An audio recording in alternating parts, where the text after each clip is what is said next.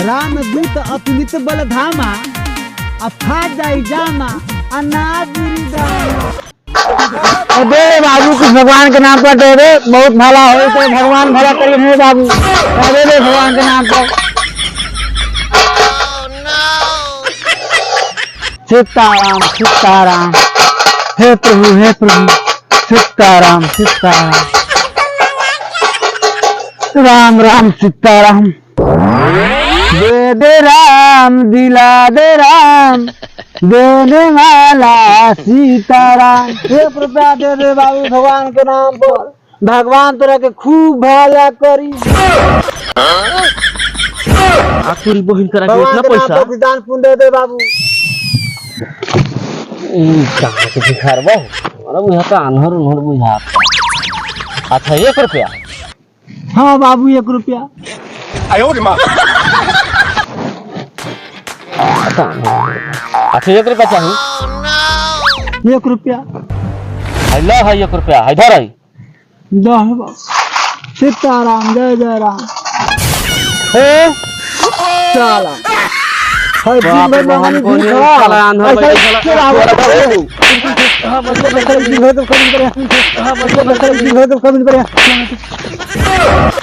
पंडित जी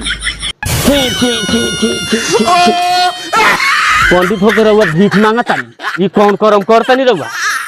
हे जजमान पैसा दे दिया, पंडित में भिखार में कौन अंतर ना बटे। धर साला दिया धर ठीक बस हो रहू।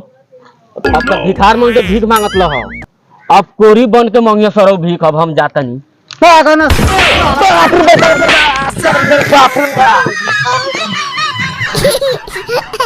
सही में ठीक ही कहा था जजमान।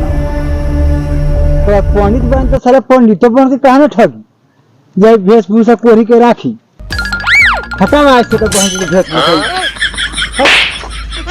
बन के ठगा लिया। मंगल मूरत मारुति नंदन आ दैत्य मिले तो घीच लेती दम। बड़ा जोगता वाला पंडित बुझाता ही, बड़ा जानकार पंडित लागता। दंडावत है सरकार।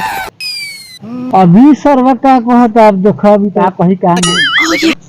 पंडित जी हाँ जजमान तनी हाथ देखल जाए, हाथ दिखावे के रलक हाथ बड़ा हगुआता, देखल जाओ। हाथ हगुआता जी जजमान जी, अपने के नसीब में जी बड़ा धन संपत्ति मिला हमारा। हाँ बहुत। अच्छा है पंडित जी। हाँ तो हो हाथों बड़ा हगुआता जी।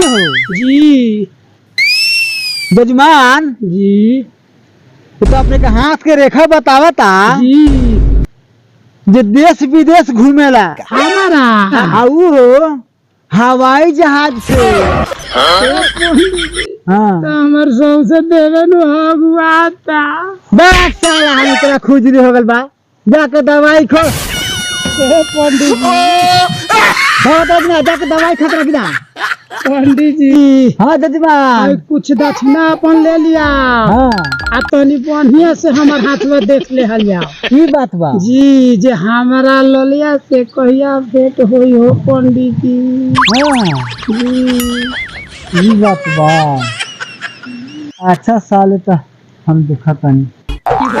राम दूत अतुलित बल धामा अफा जाई जामा अनाज दाना। कहा पंडित जी। जजमान जी अपने के हाथ के रेखा बतावता। हाँ हाँ पंडित जी। हाँ जजमान 100 रुपया और लिया।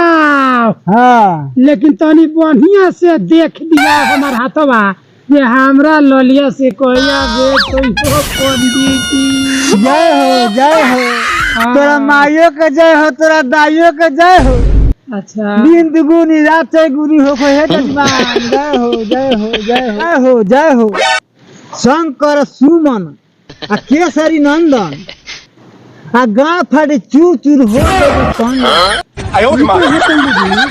जजमान रउआ देह पर चंचल सवार बा, ऐसे ललिया से भेंट ना होता। पंडित जी तैसा निचराई कैसे उतरी? तेरा बाप के गुलाम है ये खालिए बता दी दक्षिणा ना दक्षिणा यही लखा से हो जाई बता दी। अच्छा तो है 100 रुपया लिया तू बढ़िया से हमरा के देख के अब बतावा ला जो कैसे उतरी हमरा ललिया से कहिया भेंट होगी। यजमान आ ललिया कौन है?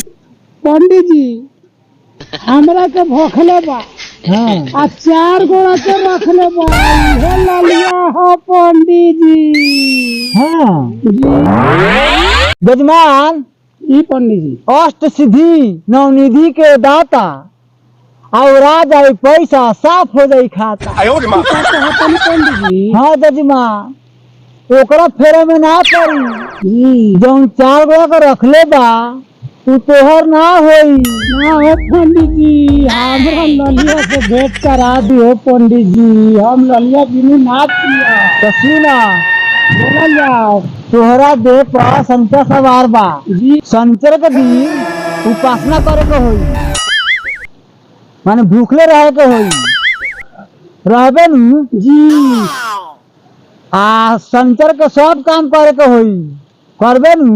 जी करम अगर मान तनी संचर के कोनो गलती हो जाए अगर केहू मारे तो ना नहीं बोलबे जी ना बोले के ना होई जी ना तो उ साला जो तक अरे पंडित जी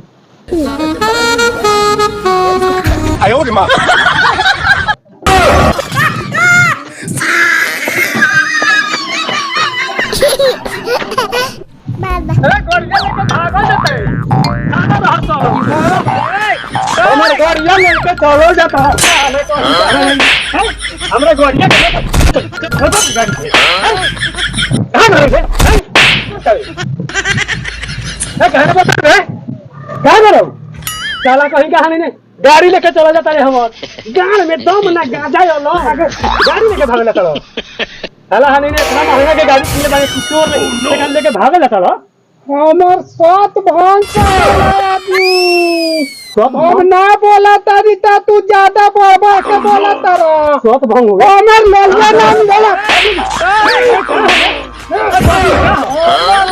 के परब रलखा समित्रा रलखा हमें पंडित जी बतौले रहलन ह कि जो समित्र के ना बोलिए कोई मारी तो ना कुछ बोले के बा कोनो गलती काम हो जाए कुछ हो जाए तो कुछ तो ना बोले के बा हमर 7 भंग हो गल हमर ललिया ना मिलल हो दाता। अरे कौन ललिया हमर ललिया ना मिलल हो दाता। तोरा पहले ना कहे के हमरा पागले से बुझाता भेंट हो गेल बा हमरा ललिया